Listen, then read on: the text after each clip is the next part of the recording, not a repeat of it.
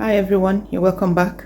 The objective today is to make root porridge or porridge from different root vegetables. So that's why I have carrots as well as onions, sweet potato, Irish potato, and these are parsnip. And I have some other things that I'm going to add to it to make the dish. So I've got mackerel. I usually buy this and put them in the freezer if I'm not going to use it straight away. So I've got 2 of this to add as to go with it as the meat. And seasoning, I like to use Maggi or something like that instead of just using salt straight away. And in here, this is my container for dry peppers. I also have cayenne pepper, which would give more red color to the vegetables after they are cooked. I also have oil. I'm using this oil because it's the leftover from, as you can see, it says garlic clove in oil with herbs. So you've got some herbs there, and these I've finished eating the garlic cloves there. So I always leave the oil in there in case I need some oil to cook. So I'm going to be using that today instead of using fresh oil. So those are all the ingredients, and I'll just start the process now and carry you along. I forgot to say that in terms of quantity, when I'm making this, I tend to have about the same quantity of carrot. The ratio of the carrot to potato is 1:1, and half ratio 1:2 for sweet potato and parsnip, because the parsnip and the sweet potato certainly are sweet, are sweeter than this. This is not really sweet, and they provide the sweetness that you would need, even though they're still all carbohydrate. But the other thing about them is that these two would give more structure to the dish, because this tends to mash very easily, the sweet potato and the parsnip. So after cooking, you may not be able to really recognize them as one solid mass, whereas you will be able to recognize the potato and the carrot. So that's why I usually go in that ratio of 1:1 for carrot and potato, Irish potato, and half of them for the sweet potato and the parsnip.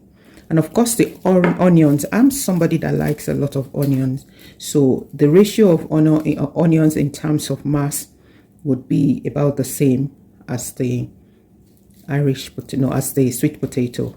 So just said to mention that before I start cleaning them. I have prepared the carrot, the onions, and the potato, the Irish potato. So I try to chop this as finely as possible, and the potato is randomly, some of them are diced, some of them are just cut in half, and this one, the carrot, I try to do the same. Now you may see that the carrot is going a bit brownish, there's some oxidative browning going on there, but that is fine because I'm going to start cooking them. Now these 3 I've done first because they're the ones that's going to go into the pot first, because they take longer to cook than the parsnip and the sweet potato. So that's why I've done them first, and while they're boiling or cooking, I'll prepare the sweet potato as well as the parsnip, which go in together at the same time. And after some time that these ones have simmered, I'll add some seasoning to it and carry on the cooking process. And I'll show you this as we go along. So I'm using a good sized pot that can contain all of them. So the potatoes, carrot, and the onions all go in, and I'm just going to put about this. I'm just going to put water that would cover all of the ingredients that I have there. I'll show you before I start cooking.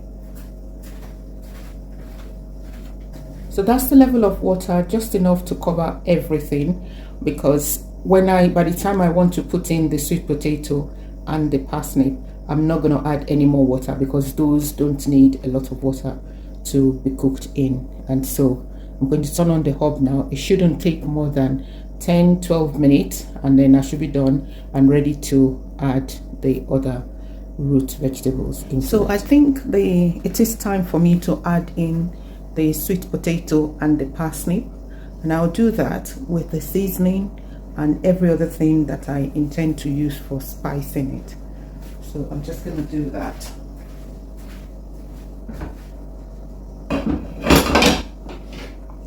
So the other vegetables in here so far, you can see that this is beginning to, they're becoming glazed, which suggests that they're gradually boiling. So that goes in all together.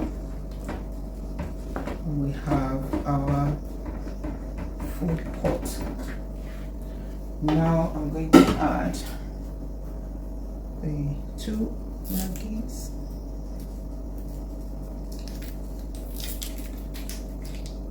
Because the sweet potatoes and the parsnip would boil and be done in no time.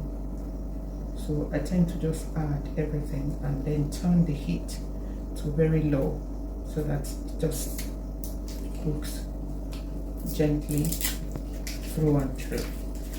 The Maggi's coming in, and a spoon of the cayenne pepper.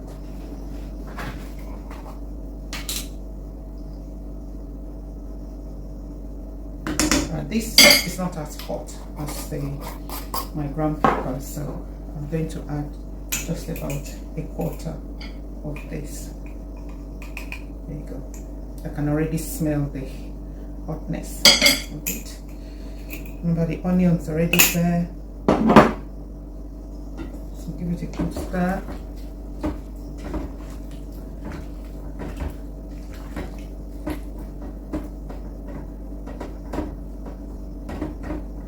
Just put the lid on. The oil will come in much later, and another 10 minutes should be ready to add all the other things. So it's time to check on it. Yeah, I think it's done. I can see, look, that's the sweet potato. That's the potato. And you see what would have happened if we had put everything at the same time. The potato is still holds its own. The carrot still holds its own as well. So that's another piece of potato. They still hold their own, and that is a carrot. We can almost not see the sweet potato. Here's a piece of parsnip. You see how soft that is. So this is the idea, that not everything is mashed up, and we can have some of it that would form like soup. The bits of the root that is being disintegrated into the cooking sauce. Now it's time to add the fish. I'm just going to rip them. There's not going to be any serious pattern of cutting the fish. I'm just going to rip them with my fingers and put them in. This is quite an oily fish, mackerel, which is good for us. And the vegetables as well.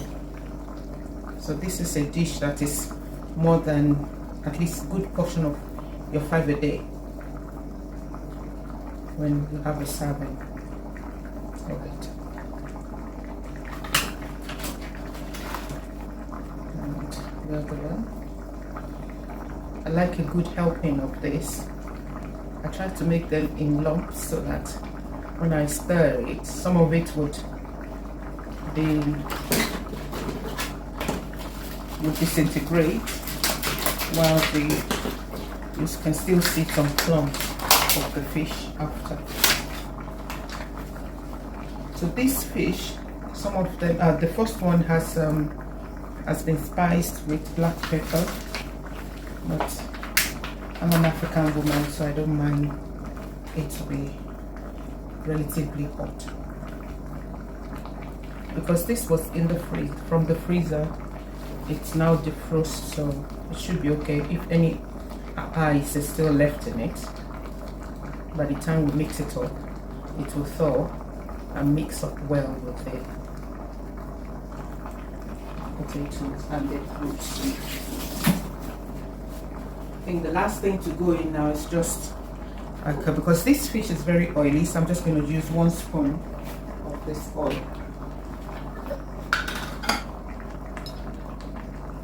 And just reduce the heat to the minimum, and after some time come back for it. Now, recipes vary from people to people, and my opinion is that you can always adapt the recipe. So let's say at this point in time you want to add more protein to it, you could add things like lentils, because sometimes I would cook this with these vegetables, with these roots. So you can add lentils to it, or you can add chickpeas, not beans. If you're going to add beans, you have to have pre-cooked either black-eyed beans or the brown one, because there's no way the length of time will be sufficient to cook the beans thoroughly. So now I'm just going to leave this on the lowest heat and allow it to steam up together. I'll taste after maybe about 2-3 minutes and see if I still need to add any more seasoning or spice to it, but I think it should be fine. So I think it should be okay now. I'm going to check it and show you what it looks like. Yep, it is ready to be served. So I'm going to turn off the heat and get a plate and show you what it looks like.